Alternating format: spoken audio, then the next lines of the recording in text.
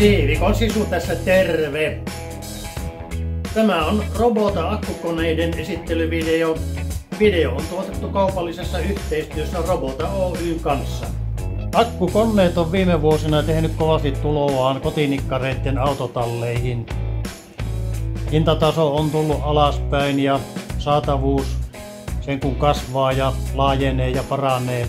Kodin remontointi, omatoiminen remontointi on myöskin kovasti suosiossa ja itsellekin toteutettiin tuossa vesikattoremontti omana työnä ja akkukoneisiin investoiminen on ihan varteen otettava vaihtoehto, jos haluaa toteuttaa omana työnä jonkun saneeraus- tai remonttikohteen. Ja jos on kykyä tai halua tehdä yleensäkin käsillään jotakin, niin kyllähän se monestikin koneita silloin kaipaa se tekeminen.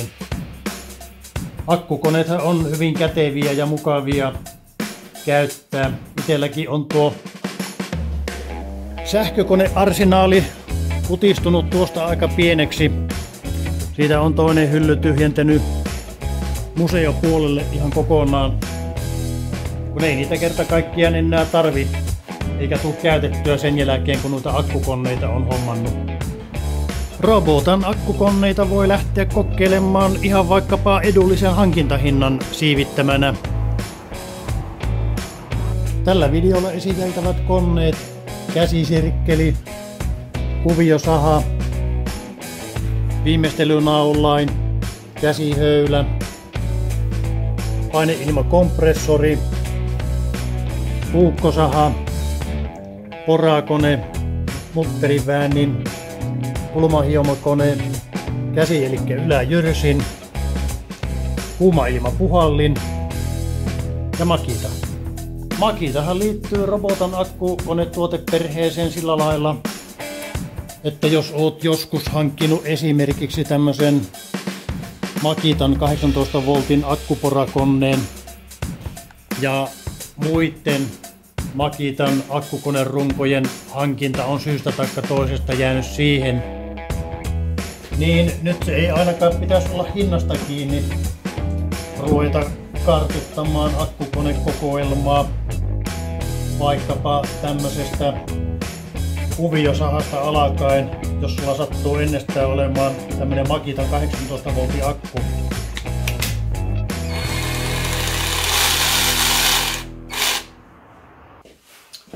Robotalla on hyvinkin mielenkiintoisia akkukonerunkoja lisätä vaikkapa Makitan konearsenaaliin, kuten esimerkiksi tämä yhdistelmänaulain.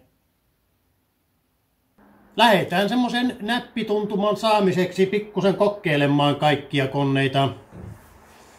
Nämä Robotan 18 voltin akut on 4 amperitunnin litium-ion akkuja, eli siltä osin eivät ole mitään hempulikamaa.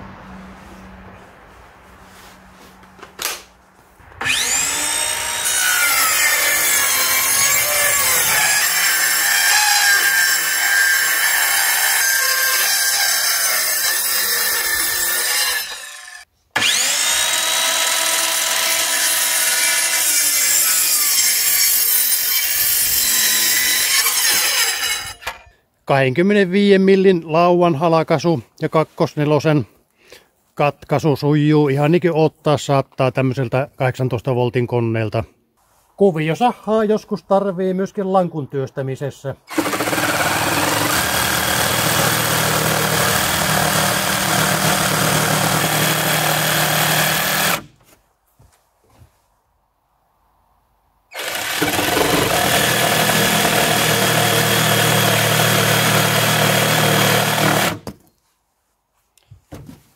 No, ehkä vähän nippanappa tähän hommaan, mutta kyllä se menee.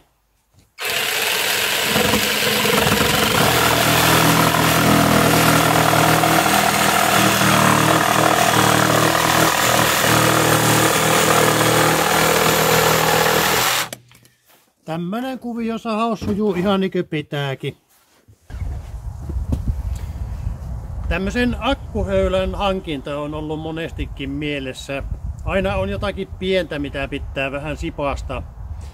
Ja eikä tarvitse noiden roikkien kanssa sitten ruveta vekslaamaan, kun tämän ottaa tuolta hyllystä. Katsotaanpa varsin vähän, miltä tämmönen lämpökäsitelty koivu näyttää.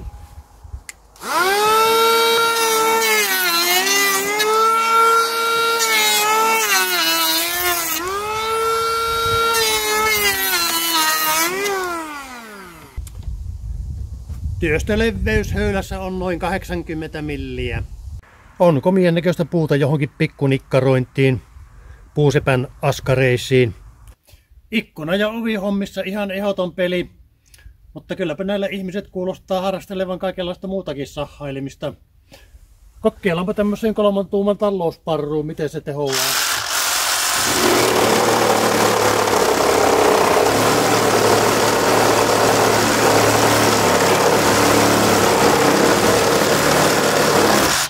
Poikkihan se meni. Kannattaa hommata kunnon terät tämmöiseen sahaan, niin kyllä onnistuu. Kokeillaan tätä mutterin väänintä nyt ihan vaan sillä tavalla, että kierretään 8 millin täkkipultilla nämä lankut yhteen.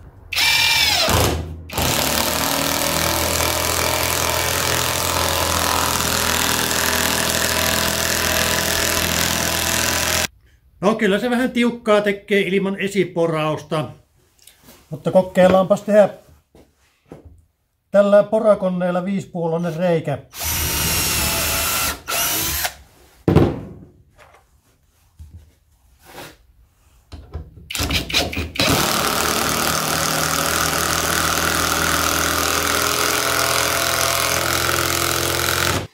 Tämähän nyt on tämmönen kevyen luokan mutterin väänin, mutta kyllä tällä ihan mukava on pyöritellä pultteja ja muttereita.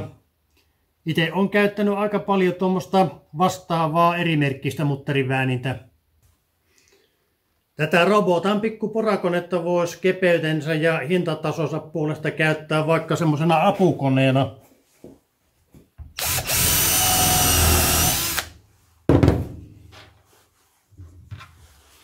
Jos sulla nyt sattuu olemaan sitten ennestään vaikka tämä Makitan porakone.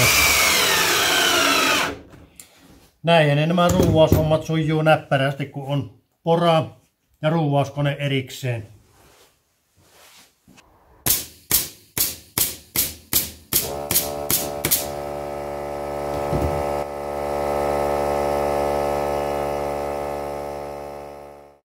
Siihen iskin 5x10 naulan sarjaa, tuommoisia 40 milliä pitkiä ja noin 1,5 milliä paksuja tykkerttejä.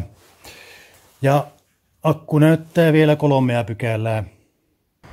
Semmosessa käytössä, missä tuo paineilman tarve on suhteellisen pieni, niin kuin nyt esimerkiksi viimeistelynaulaimella, niin tämmönen 4 litran säiliöllä varustettu akkukompura saattaa ollakin ihan yllättävän näppärä peli. Kyllä tällä rengaspaineiden tarkistus ja täyttökin onnistuu.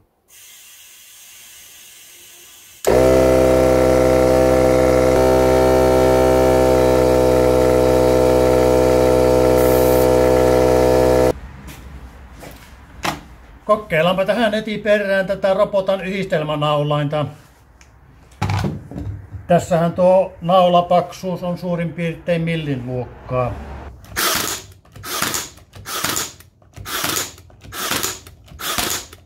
Kokeillaanpa vielä muutama hakaanenkin. Tässä on 30 milli hakasia.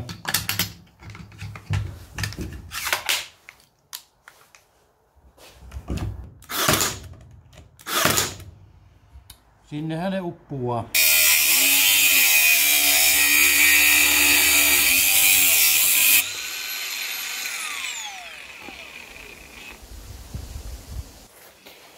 Tämä robotan akkukäyttöinen kuuma-ilmapuhallin ei varmaan juurikaan poikkea muista vastaavanlaisista erimerkkisistä puhaltimista.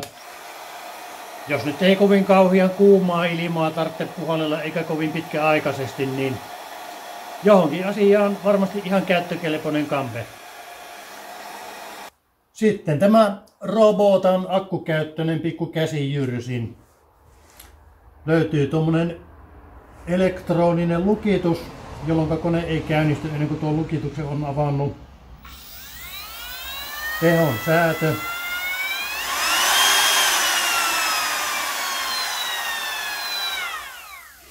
Ja luonnollisesti sitten tuolle jyrsin terälle syvyyden säätö. Tähän on lisälaite, jolloin tätä voi käyttää sitten tämmöisen perinteisemmän käsijyrsimän tapaan 2 kahvasta. Mukana tulee tämmönen pikkuinen setti, jossa on tarvittavat avaimet ja vähän sitten tommosia ohjureita. Huomioitavaa tässä on, että tämä kone on tehty 6 millin jyrsinkaralle. Mulla on nämä omat terät 8 millin karalla tuohon koneeseen, joten en pysty nyt sen kummemmin koekäyttämään tätä konetta, mutta sanoisin, että semmoset pienet viimeistelyt, viisteet, pyöristykset ja urat on tämän koneen heiniä. Tämmönen yleisimmin tarvittavat ruuvauskäret sisältävä sarja löytyy myöskin Robotalta. Akun ja laturin voit tarvittaessa tilata, kuten kaikki muutkin Robota-tuotteet verkkokaupasta bytes.fi.